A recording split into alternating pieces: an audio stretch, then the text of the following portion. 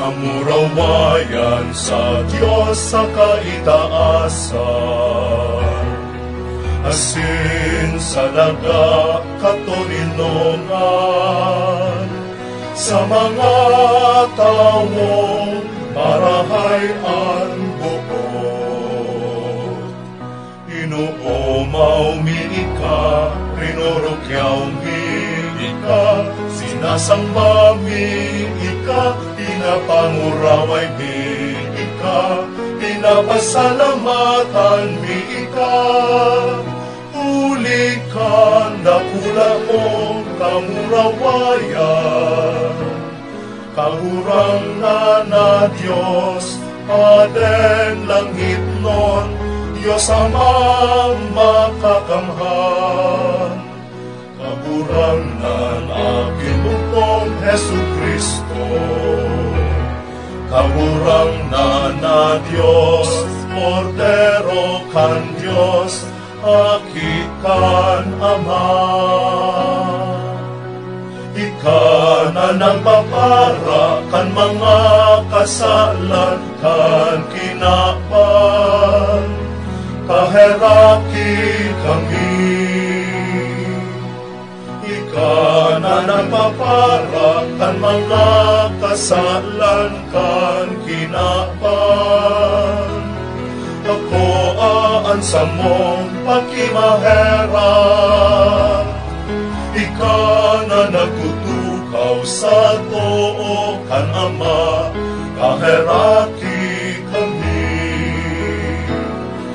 Ikasanaan banal, ikasanaan kagurangan, ikasanaan turong kahalangkan.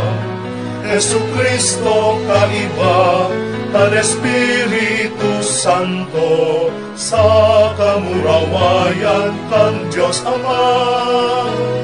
Amen.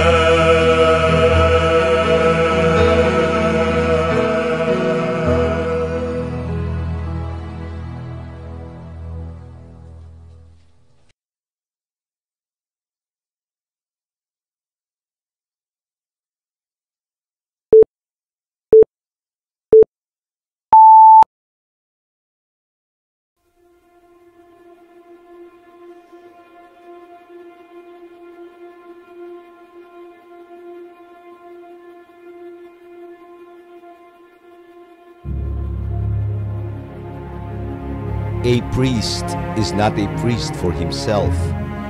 He is a priest for others, according to Saint John Marie Vianney, patron saint of priests, our patron saint. The three-tiered sacrament of holy orders, episcopacy, presbyterate, and diaconate, is the sacrament that creates the priesthood. To understand this sacrament in its real essence, it is necessary to understand first what the priesthood is. And to know what the priesthood is, we must go to the author of all priesthood, Jesus Christ. No one deserves to be a priest. It is an unmerited gift from God. It is a vocation to a life of loving service in imitation of the Divine Master Jesus Christ. As such, it is not a profession, much less a career. Priesthood is a way of being. God calls persons with different backgrounds, temperaments, and personalities, but one thing they share in common: the one priesthood of Christ, the Good Shepherd. Today's priesthood is but a continuation of the priesthood of Christ, a participation in his vocation, and a perpetuation of his mission.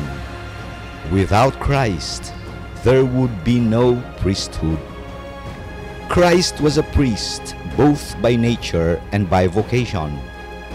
His mission was to save humankind. His vocation was to be a bridge between the divine and the human. And to effect this, he did many things, but they can all be reduced to three. He taught, he governed, he sanctified. He taught as no one else ever had. He taught as the very fountainhead of truth, the truth that set at naught all existing philosophies, a truth that solves the riddles of life in time and eternity, the truth that sets man free. He governed with purest love the kingdom which he himself established. The kingdom was his church, built upon rock, infallible, indefectible, imperishable. He sanctified. He made Peters out of Simons, Matthews out of tax collectors, Pauls out of Sauls, fishers of men out of fishermen, saints out of sinners. The amazing thing about these three functions is that Christ transmitted them to a chosen few, to 12 men called apostles. And these powers did not die with the apostles. The apostles transmitted them to their successors, and from successor to successor, in an uninterrupted manner across the centuries. These powers continue to be transmitted down to our days whenever the sacrament of holy orders is conferred. The ceremonies surrounding sacred ordination, as it is done today, are colorful and impressive. But the pageantry of the ritual should not blind us to that which constitutes the essence of the priesthood, the transmission of the very same functions and powers that Christ exercised and gave to his apostles. This should make us realize that although the priesthood is of man and for man, nonetheless it is not from man nor by man. This should further make us realize that the priesthood is not fashioned by popular will, nor a product of a social evolution, but a divine institution, established by the omnipotent man, the eternal high priest, Jesus Christ. And this should ultimately make us realize that there are no two priesthoods, but one, the priesthood of Christ. The ordained priests only lend their hands and their lips, however unworthy they may be. It is Christ who acts through them. The blessings and absolutions have the same power as His, because in reality they are His. The priesthood is a sublime and holy vocation. It demands that priests be men of proven virtue and tested character, obedient and humble, zealous and self-sacrificing. Men of God, priests are expected to lead a life of total consecration, a life of single blessedness. But the true priest, the wise and saintly priest, the priest according to the heart of God, is the salt of the earth and the light of the world. A society without priests decays, for it has not the salt to preserve it from corruption. A civilization without priests gropes in darkness, for it has not the light to guide it toward its eternal destiny. Without priests, no hands would elevate the host of redemption and the chalice of salvation. And without the sacrifice of the Mass, the whole offertory of the world would be meaningless, and we would have no priests if Christ did not establish a sacrament for the perpetuation of His priesthood, the sacrament of holy orders. Guaranteed and ensured by Jesus Christ, the priesthood is like a rock, firm and undying, amidst the waves of a changing world, Civilizations may come and go, but the priesthood goes on. The blood of Peter's and Paul's may crimson the arena of 1,000 Colosseums, but the priesthood will go on. It will never die, for its author and prototype, Jesus Christ, lives forever.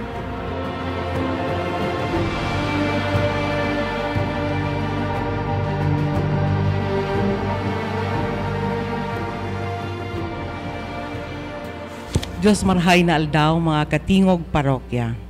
Espesyal po ang satuyang edisyon kan evangelization part nin huli ta afuera kan ebanghelyo ni San Mateo.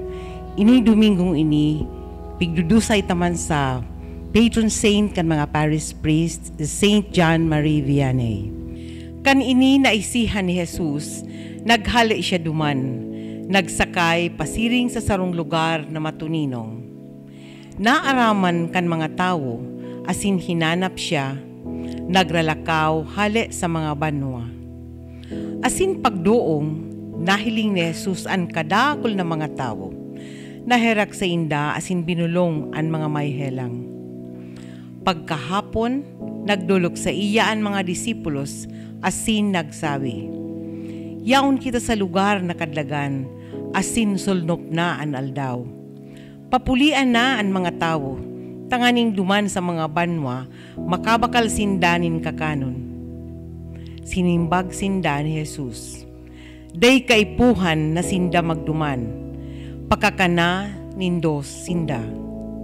Ang mga disipulos nagsabi, anyaon tadigdi, 5 sanang tinapay asin 2 sira. Sinabihan niya sinda, darahan nindos ako. Pinatukawan mga tao sa doot, kinua ang 5 tinapay, asin 2 sira. Nagtingkalag sa langit, asin nagpasalamat. Binaak ang mga tinapay, asin itinao sa mga disipulos. Dangan itinao kan mga disipulos sa mga tao. Gabos nagkarakan, asin nagkabarasog. Tinipon ang mga natada, asin napano, kag 2 basket. 5,000 nagkarakan, dai kabilang ang mga babae, asin aki. Mons? Dios marhay na aldaw po, Manay Rosie, Diyos asin, marhay na aldaw man po, Mons. asin sa gabos na mga naghihinanyog, nag-aantabay, subaybay sa satuyang evangelization program kada Domingo, Tingog, Parokya. Namalisyan mo, Manay Rosie, nakasutan na ako ngunyan. Special ini. Oh, very good. Talagang pang-espesyal ang sa imong attire. Iyo tabi. Pinaghandaan. Sinulot ko na ganita. Ngunyan, fiesta kan mga parish priest. Taka-fiestahan ni Saint John Marie Vianney. Susugod sa imong sinabi sa bago ka magbasa kan ebanghelyo na ginuno ki San Mateo. Kaya siguro tawan tanindit na doon si San Juan Maria Vianney. Tawag ko nindiit na background kung si Isay ang santong ini na para sa muyang mga padi importanteng marahi kaming mga diocesan priests, parish priests. Si San Juan Maria Vianney, pinag-aapod siyang the Holy Cure d'Ars, ang banal na pastor kang Ars. Sino po ang Ars? Ang Ars, Manay Rosie, saruya na sa dayut na village, sa dayut na banwa, sa probinsya kan Lyon, sa France. Harayong maray ang lugar na yan na dipisil makakuha ng obispo, nimpadi na mag-volunteer pa siring sa lugar na yan. Inaapod si San Juan Maria Vianney na banal na pastor kan Ars. 41 taon siya sa Ars bilang parish priest. Halawigong kay Maray. Sa'yo nagpun ini, si San Juan Maria Vianney gikan sarong, sabi ko niya, itong pobre, simpleng pamilya. Ang sa iyang magurang mga shepherds sa France. Pastol. Siya man, naging man siyang shepherd. Siguro dumanag poon. Pwede tayo makonsider siyang late vocation. Naglaog siya sa seminaryo. Nasa 20s na siya. Alaga din huli nga itakulangan sa iyang background duman sa bulod, dahil man nakaadal kimarhay, nadipisilang kimaray seminaryo. At ang ani, so anom na taon na edukasyon dapat din sa rong seminarista bago magpadi, naging 9 na taon. Nagdudurudubli siguro taon. Nagdudurudubli. Nadipisilang na kimaray sa Latin. Siguro kung kami ngunyan, seminarista kang panahon, dahil na kami makaparasal sa Latin. 9 years siya, kasi nalangkag ang obispo. Hinaputan ang obispo, kan obispo ang sa iyang rektor. Ano kaya ini day pa ini anda na magpadi? Nga maluya pa no, bishop. Mahigos, pero maluya nga sa pag-adal. Sabi kang obispo, ano siya, banal? Sabi kang rektor, opo. Then let him be ordained, and God will do the rest. Wow, gayon. Sabi kang obispo. Inordinan si Juan Maria Vianney, pinadala di sa sarong parokya nga ni na halos daing padi na willing na magduman. Ang populasyon ka ito, sabi sa history, ang populasyon ka ito kang Ars 230 sana. Diiton 230 ang parishioners. Kasin pagabot pa duman ni San Juan Maria Vianney, ninhulitan na pabayang kimarayang parokyang ito, ang tao harayong marhay ang puso sa simbahan. Mas dako ang panahon sa pag-inom, pagsugal, gulpid ang sugalang kito sa Ars, kisa paglaog sa simbahan, asin pagpamibi, paghinanyog sa tataramon ng Diyos, di nawaranin paglaom ang pading ini. Pinagbisita niya gabos, minsan nagsimba sa iya 2-3 tao, padago siya. Sige sana siya.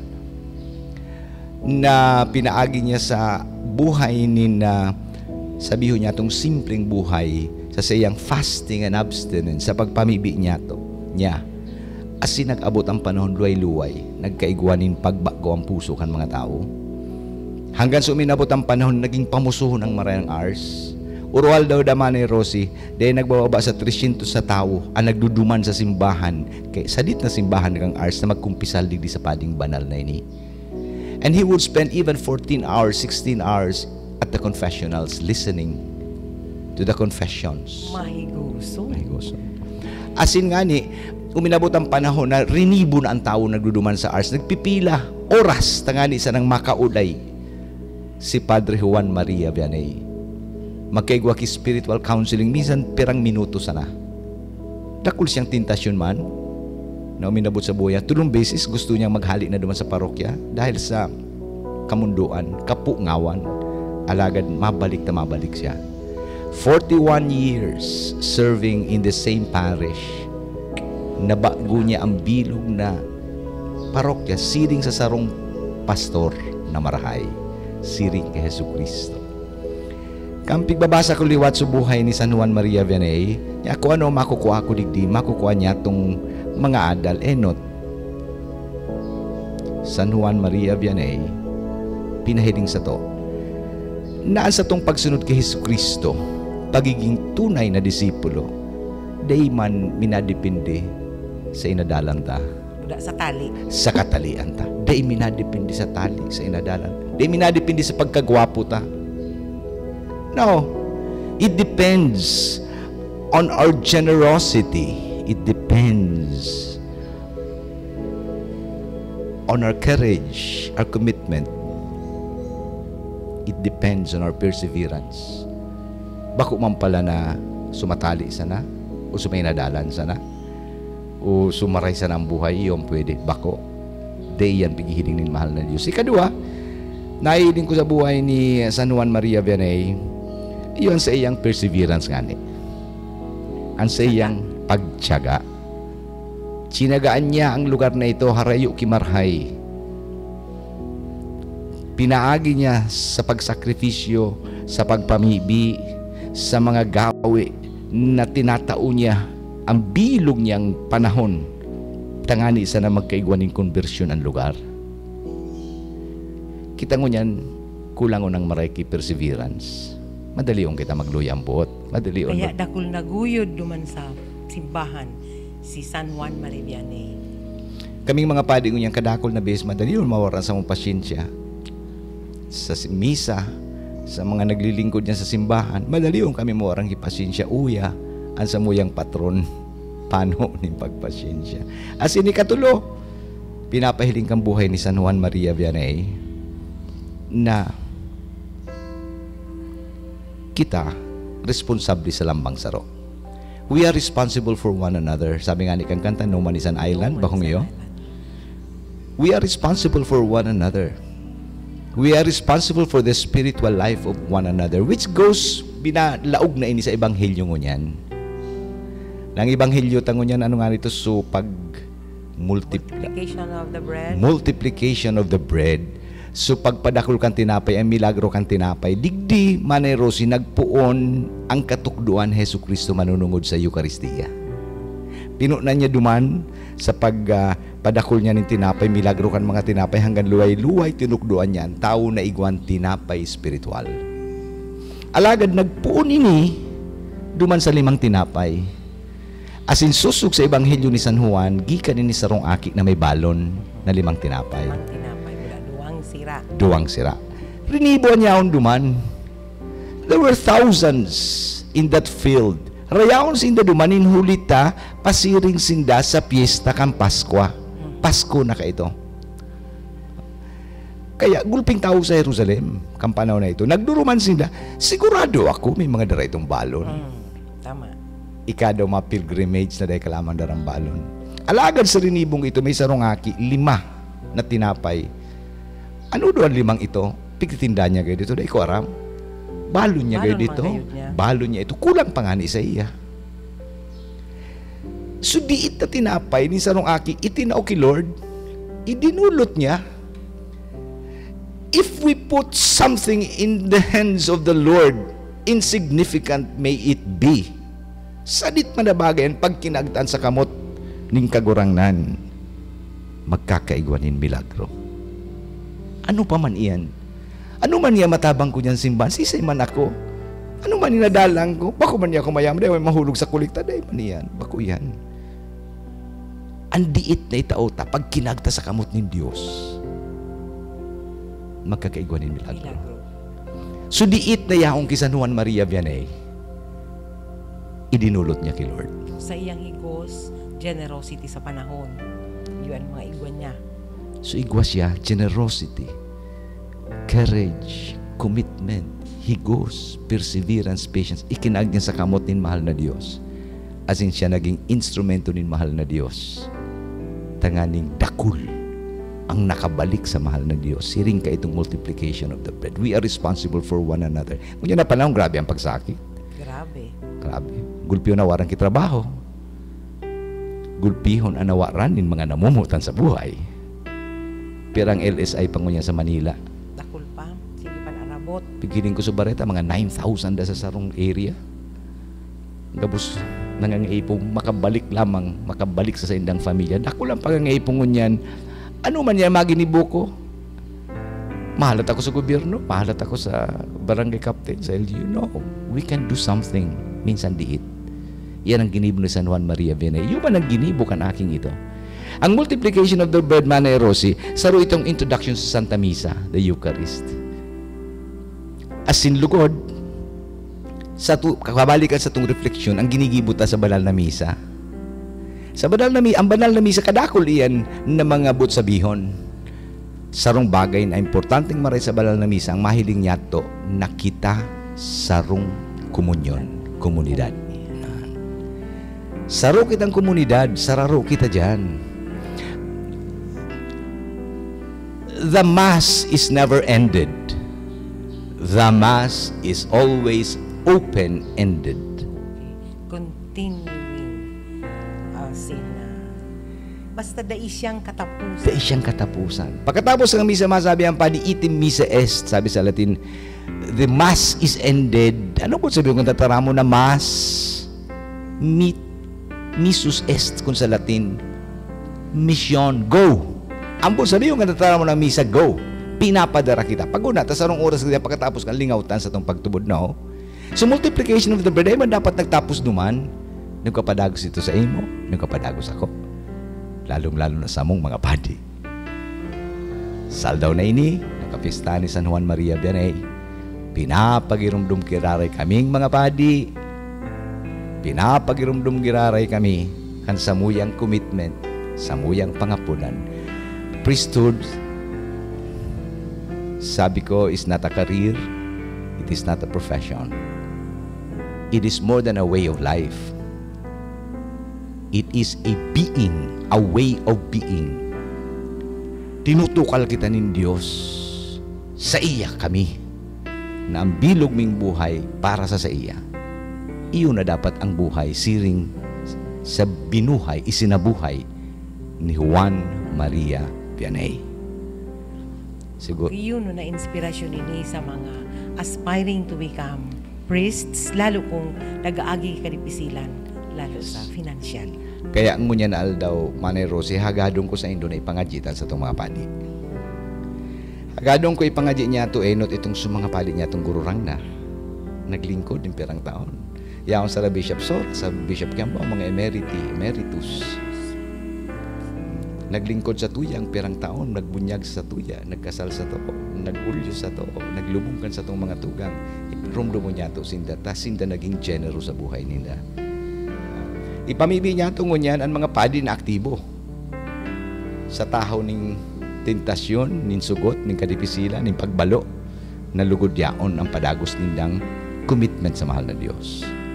Ipamibi niya ito, itong maparadi pa sana, mga seminarista, nalugod tama ang kaisipan, ang formasyon ninda manunungod sa pagkapadi. Asin ipamibi niya ito, nalugod dakul. Ang maging mga padi pa. Yes, na magsimbag sa pangapodan mahal na Diyos sa buhay nin sarong padi. Very inspiring ang istorya pala ni San Juan Maria Vianney. Magayuno na masabutan kan sa tuyong mga kaparokya. Iyo tabi, and I like to take this opportunity to thank tagulpiman mo niya nag-text, nag-greet Happy Priest Day. Salamat tabi, lalong-lalo na sa indong prayers. Ngunya na mapangadji kita, Manay Rosie, ipamibi niya to lalong-lalo sa tuyang mga kapadian. As in, of course, again, ang bilog niya itong banwaan. Sa ngarang ka nama, asinaki, asin Espiritu Santo. Amen. Diyos amang makakamhan, nagpapasalamat kami sa imong aki sa Jesucristo, ang halangkaw na padi, na nagtugdas kaining banal na sakramento nin orden, na kung saan iyo ang ginigikanan kan pagkapadi. Hinahagad niya mo sa imo, nalugod at sa mong mga kapadian, nabubuhay susog sa imong kamauotan, nabubuhay na matanos, nabubuhay sa paglingkod, nabubuhay sa padagos na pagrukyaw kan sa imong tataramon, orog ng gayo, nabubuhay sa kabanalan. Bendisyon ni ang samong banwaan, ang samong mga pamilya, na lugod sa mga pamilya ngayon, magikan anibapang mga padi, ang bukasyon sa pagkapadi. Nasa mga panahon niya mo ngunyan, kulang kimaray, susog sa pangangaipo kan iba-ibang mga banwaan, nalakudakul na mga hovenes ang magsimbag sa pangapodan na ini. Asin lugod sa pagsimbag nila sa pangapodan ninda na ini, sinda maging mga marahay na padi, susog sa puso kan marahay na pastor sa Jesucristo na samong kagurangnan. Amen. Ang kagurangnan mapasaindo, Asin sa imong espiritu. maghilig, asin magdanay lugod sa lambang saro, ang bendisyon kan Dios na makakamhan, Ama, asinaki, asin Espiritu Santo. Amen. Amen. As we commend to you the priests, dearest to us, the priests who baptized us, The priest who absolved us from our sins. the priests whose masses we assisted, the priests who gave us your body, blood, and holy communion, the priest who taught and instructed us, the priests who helped and encouraged us, to our present priests, Reverend Monsignor Monchi, Father Nick, Father Bo and Father Kiko. to you all, thank you and happy Priest Day! Happy Priest Day! Happy Priest Day! Mighty Father, our hearts